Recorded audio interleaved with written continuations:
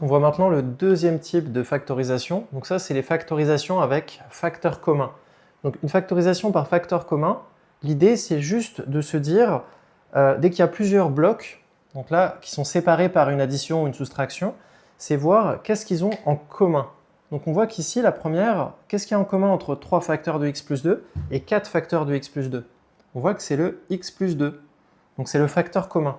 Donc l'idée, moi ce que je dis à mes élèves, c'est par exemple, imaginons, on a 3 et x plus 2, on va dire que c'est des carottes. Donc on a 3 carottes plus 4 carottes.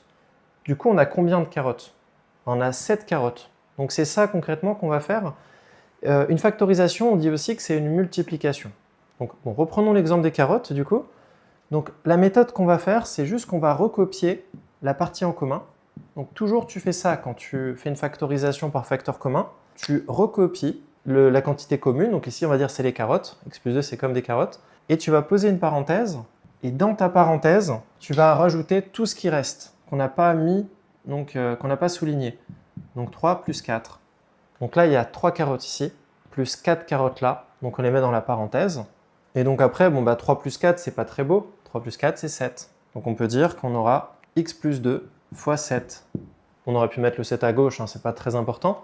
Donc on a bien 3 carottes plus 4 carottes, ce qui va nous faire 7 carottes. Donc là, ça permet d'avoir un exemple assez concret. On va faire avec un autre exemple, cette fois-ci avec des x.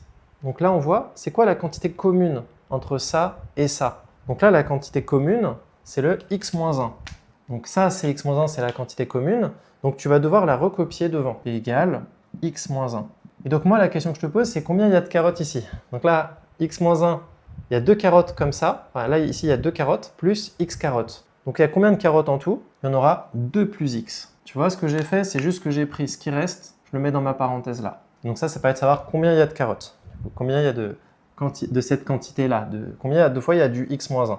Il y en a 2 ici, il y en a x là, donc il y en a 2 plus x en tout. Donc j'espère que c'est logique pour toi. Et donc après, j'ai fait un exemple où c'est légèrement plus compliqué. Parce que là, quand on a 3 carottes plus 4 carottes, c'est assez compréhensible. Dès qu'on en a 2 plus x carottes, ça va. Mais là, on commence à avoir des parenthèses avec des x partout. Donc là, on va perdre le côté concret. Mais c'est pas grave, on doit juste appliquer ma méthode à la lettre. Donc ma méthode, c'était quoi? C'est on identifiait la quantité commune.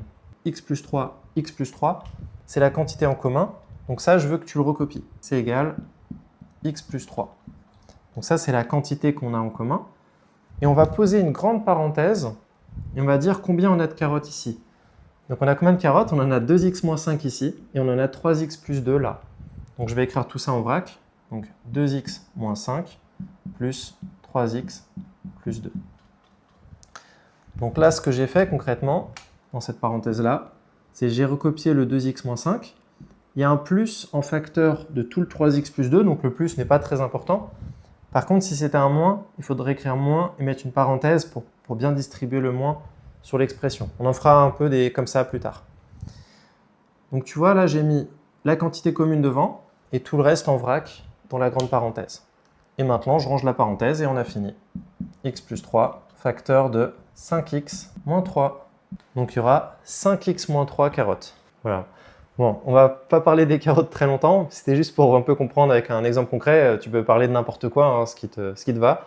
Et du coup, ça c'est la méthode pour factoriser avec un facteur commun. C'est toujours la même chose, alors de temps en temps elles seront un peu plus dures, donc là ce sera les vidéos suivantes, parce que sinon c'est un peu la fête. Allez, abonne-toi, et on se retrouve dans la prochaine vidéo.